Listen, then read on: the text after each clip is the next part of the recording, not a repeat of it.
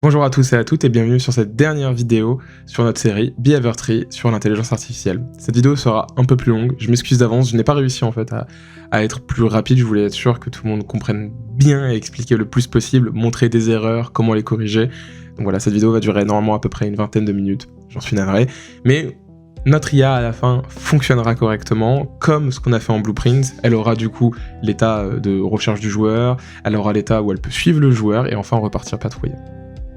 De retour pour notre dernière partie, potentiellement la plus longue, pour le Search Player, tout simplement.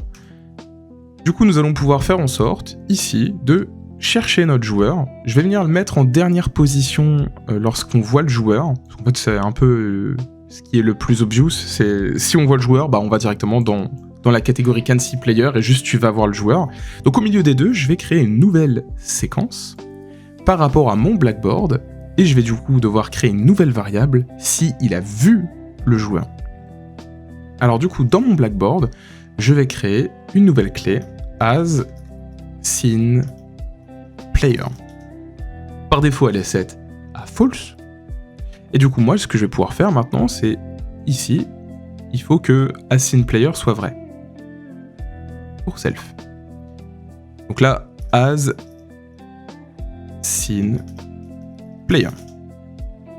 Et on va pouvoir du coup créer une nouvelle tâche qu'on viendra éditer un tout petit peu après. Dans task, et je vais marquer search player. Pour l'instant, on va juste mettre notre receive execute EA, comme ceci, et on n'y touche pas. On va revenir dans notre behavior tree parce qu'en fait, il y a 2-3 trucs qu'il va falloir qu'on ajoute.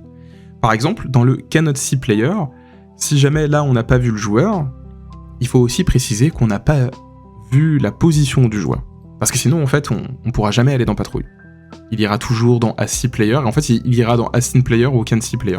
Donc je vais venir rajouter clic droit dans patrol, décorateur, blackboard, et je vais rajouter ici hasn't seen player, et du coup, je le mets toujours sur self, is not set as seen player. Du coup, pour patrouiller, il ne faut pas entre guillemets, avoir vu le joueur, et il ne faut pas voir le joueur. Du coup, ce qui fait que, quand, entre guillemets, on quittera le Can See Player, on ira d'abord, comme la dernière fois, comme dans la version Blueprint, on ira X fois dans As Seen Player pour chercher le joueur, par exemple 3 fois, c'est ce qu'on avait fait dans le tuto Blueprint, et après ces 3 fois, si on n'a pas non plus vu le joueur, eh bien on viendra mettre le As Seen Player à False, et on retournera patrouiller. Mais tant que as seen player sera vrai, on continuera à être ici. Et si on va voir le joueur, on retournera ici. Pour éviter d'autres problématiques, on va faire en sorte que on va ajouter un décorateur dans le as seen player, et on va venir faire en sorte, ici, on ne voit pas le joueur.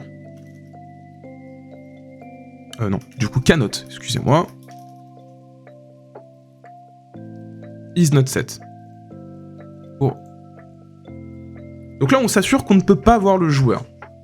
On fait ça parce qu'on ne veut pas que l'IA bug et qu'elle fasse des allers-retours entre les deux très rapidement. On veut éviter ce cas de figure. Et du coup, pareil, dans mon Can See Player, on va ajouter un blackboard pour être sûr que is not set as seen player. Du coup, hasn't seen player. Maintenant, on va vérifier que voilà, on a bien tout mis en self. Voilà, donc en théorie, lui, c'est quand il voit rien, lui, c'est juste quand il voit la position, et lui, c'est juste quand il voit le joueur. Voilà, donc, comme ça, au moins, c'est un peu plus clair. On peut venir mettre des commentaires. Go to player, comme ce qu'on avait fait un peu dans notre blueprint. Donc là, c'est notre patrol. Et ici, ce sera search player. Tout simplement. On peut venir, du coup, bien évidemment, cocher le show bubble, donc lorsqu'on va dézoomer, ça va afficher les petites bulles. Voilà, c'est pas obligatoire, mais bon, c'est un peu plus joli. Et maintenant, du coup, on va venir utiliser notre nouvelle tâche. Alors, je peux directement la mettre, donc BT Task Search Player. Je peux venir également mettre le même wait. Après avoir cherché le joueur une fois, on vient faire une petite pause de 2 à 4 secondes. Comme ça, voilà, elle a l'air un peu plus réaliste. On peut venir tout sauvegarder, et maintenant, on retourne dans notre BT Task Search for Player. Maintenant, ce qu'on va devoir faire, c'est récupérer le vecteur de la dernière position où on veut se diriger. Parce que quand on fait un AI move to, on va devoir en faire un AI move to, Quoi, je dois donner un target actor, donc mon personnage, mais nous on veut pas, on veut se diriger vers une location, donc on va devoir donner une destination. Malheureusement, on ne sait pas comment la récupérer. Dans notre behavior tree, dans notre blackboard, je vais venir ajouter un vecteur que je vais appeler last scene player location. Et je vais pouvoir récupérer cette variable en faisant tout simplement un AI controller. Donc on va récupérer notre AI controller. Je vais venir get le blackboard. Et au lieu de set value as vector, je vais venir faire un get value as vector. Et là du coup il me faut le make literal name. Et on va venir copier-coller le last scene player location. Et du coup là, je peux récupérer exactement la dernière position qu'il a vue. Donc si je fais ça, en théorie, on est censé aller au dernier endroit. Bon, mettre 100, c'est très bien. Et on n'oublie pas le finish execute. Et en fait, c'est pas ça exactement qu'on avait fait. Nous, on avait fait qu'il pouvait, entre guillemets, faire plusieurs itérations, et à chaque fois, le radius, il agrandissait.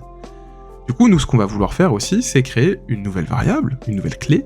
Cette fois-ci, c'est un int, et on va l'appeler nb, itération. Sans le $.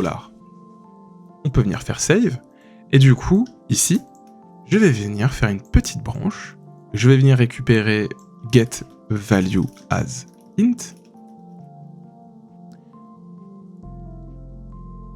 Lui, il est un peu...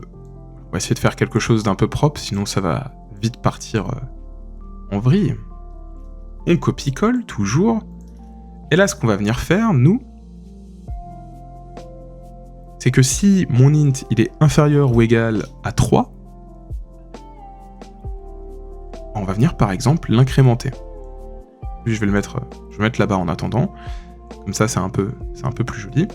Et du coup cet int, je peux venir l'incrémenter. Comme ceci. Ok. Bon. Pour l'instant, on incrémente, donc c'est-à-dire que notre nb itération passe de 0 à 1 si elle était inférieure ou égale à 3. On veut venir la set, du coup. Parce que sinon, quand on va la récupérer, il va l'oublier. Donc ici, je vais vouloir set value as int. Et on va venir l'enregistrer dans le blackboard. Je vais venir créer un reroute, ce sera plus pratique. Comme ceci. Comme ça, je peux le récupérer. Et on peut venir faire le make literal name. Ok, donc là, on enregistre bien mon int. On l'enregistre bien dans mon blackboard. Maintenant, ce qu'on a envie de faire, du coup, c'est que si jamais l'itération elle est terminée, on peut venir faire un finish execute. Ici. Avant le finish execute, entre guillemets, donc là, on va venir reset toutes nos valeurs. Donc par exemple, notre set value as int, ici, on va venir remettre l'itération à 0, pour être sûr qu'on peut refaire notre itération. Souvenez-vous, c'est ce qu'on avait fait aussi dans la version Blueprint. On a envie également de faire en sorte que, souvenez-vous, on ne voit plus le joueur, pour qu'on puisse maintenant aller en patrouille. Donc ce sera pas int, pardon, ce sera setValue as bool. Je vais mettre ici, setValue as bool, je vais le créer tout en haut, comme ça ce sera un peu plus propre. Il nous en faut 2. Donc il nous en faut un pour le canC player et un pour le hasn't, enfin pour le hasC player. Donc je vais en mettre 2 comme ceci, hop et hop. On va venir copier-coller les variables pour être sûr qu'on écrit bien. Ok, parfait. Il nous faut le target juste ici. On va essayer de faire un truc pour pas que ce soit trop moche. Sinon, je vais le mettre ici. Ça, ce sera pas trop mal.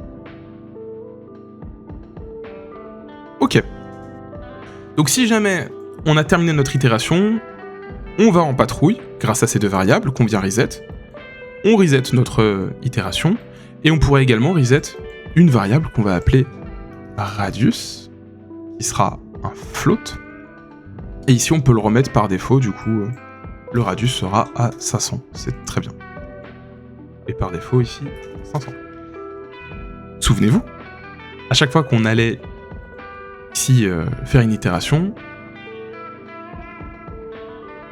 La fonction get random reachable point in radius, et c'était ce radius qu'on venait incrémenter à chaque fois. Du coup, nous, ce qu'on va faire, c'est qu'à chaque fois qu'on va vouloir se déplacer, nous allons ici. Je vais essayer de faire en sorte que ce soit pas trop moche et qu'on comprenne un peu où on va. Bon, c'est un peu ça le problème du blueprint, hein, c'est que très rapidement, ça devient des spaghettis.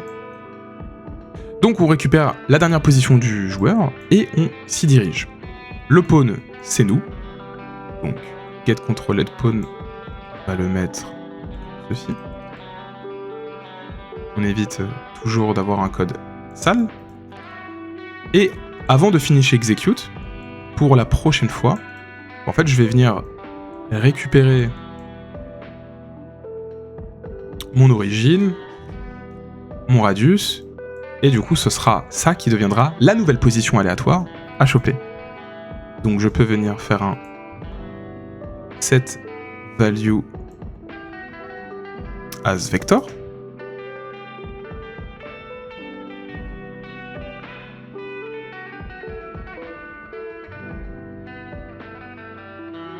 On va venir multiplier mon radius à la fin. Donc on avait fait par 1,5 dans la...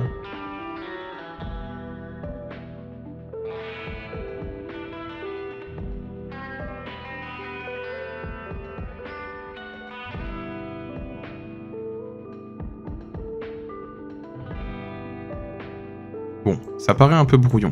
Mais concrètement, une fois qu'on a terminé la première itération, on incrémente notre radius, comme la dernière fois, on la set dans le last scene player location, et le origin, en fait, ça va être la dernière position du joueur, donc en théorie, c'est cette destination. Donc je peux venir ici récupérer la dernière position, entre guillemets, de mon joueur. Si on n'est pas sûr que le joueur se trouve ici, ce qu'on peut faire, c'est prendre la position du joueur, enfin de notre IA. Mais bon, normalement, ça devrait être correct.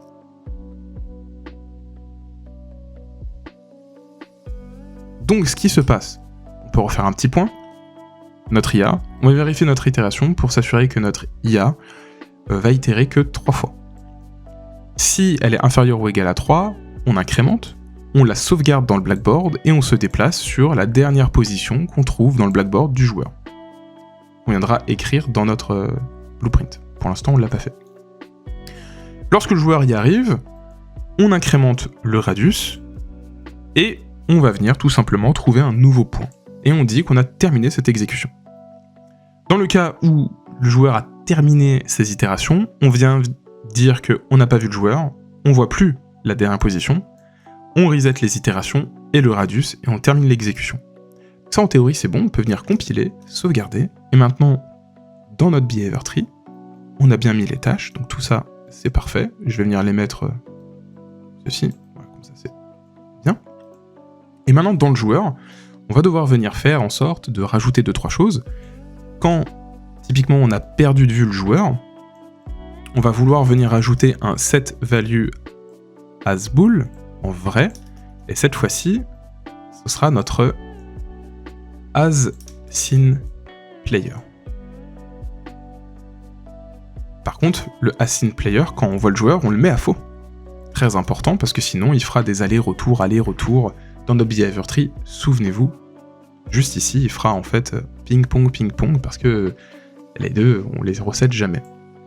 Donc là, quand on voit le joueur, on voit uniquement le joueur. Quand on voit plus le joueur, on voit uniquement le as seen player. As seen player qu'on vient réécrire à la fin des itérations. Donc vous inquiétez pas, on ira quand même dans patrouille. De toute façon, on va mettre des print strings, on va venir essayer tout ça. Là maintenant, ce qu'on va vouloir faire, c'est lui donner la dernière position ici de mon joueur. Donc je peux venir faire un set value as vector.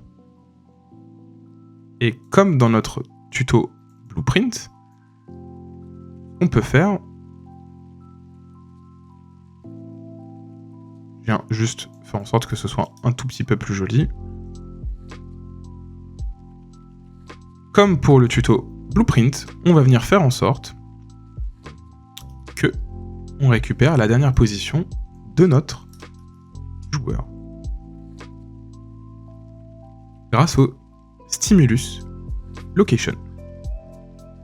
Je le mets ici, on essaie encore une fois de faire quelque chose le plus droit possible pour pas trop s'y perdre. Ok, c'est pas trop mal. Donc maintenant, ce qu'on va pouvoir venir faire, tout simplement, c'est... J'ai oublié ce petit pin. On peut compiler. Donc en théorie, lorsqu'on voit le joueur, on voit uniquement le joueur, donc on va se diriger sur lui. Lorsqu'on voit plus le joueur, on va aller dans mon Search for Player, et on lui donne la dernière position. Donc on peut venir, normalement, essayer. Je vais venir ajouter quelques print strings, pour être sûr de voir qu'on se dirige bien vers un peu tout. Donc là, je vais l'appeler Patrol. Dans mon GoToPlayer, je vais l'appeler print string. GoToPlayer. Et dans Search for Player, je vais en mettre plusieurs des strings, parce que je sais que c'est un peu celui qu'on vient de faire qui est un peu compliqué. Donc Search for Player. Ici, normalement, on est censé aller dans Patrouille, donc je vais écrire un petit truc au cas où. Shoot Patrol. Histoire d'être sûr qu'on n'est pas trop perdu. Et dans mon print string là-haut, je vais tout simplement venir afficher mon nombre d'itérations.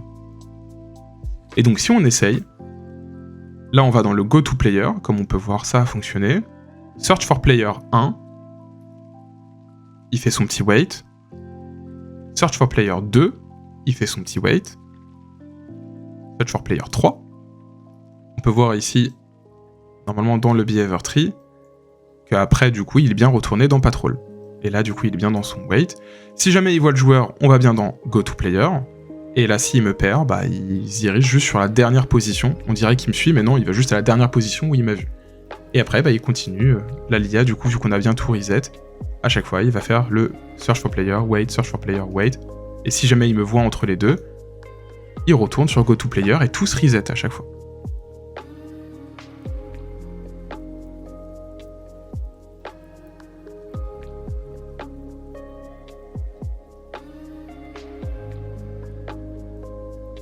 Merci à tous et à toutes d'avoir regardé cette vidéo, c'est la fin de notre série sur l'intelligence artificielle en Behavior Tree. J'espère sincèrement qu'elle vous a plu. N'hésitez pas à liker et commenter la vidéo si elle vous a plu, et à me dire quelle série vous souhaiteriez voir. Vous pouvez rejoindre le Discord pour me faire savoir, ou directement dans les commentaires de la vidéo. Merci à tous et je vous dis à bientôt pour une prochaine vidéo. Ciao tout le monde.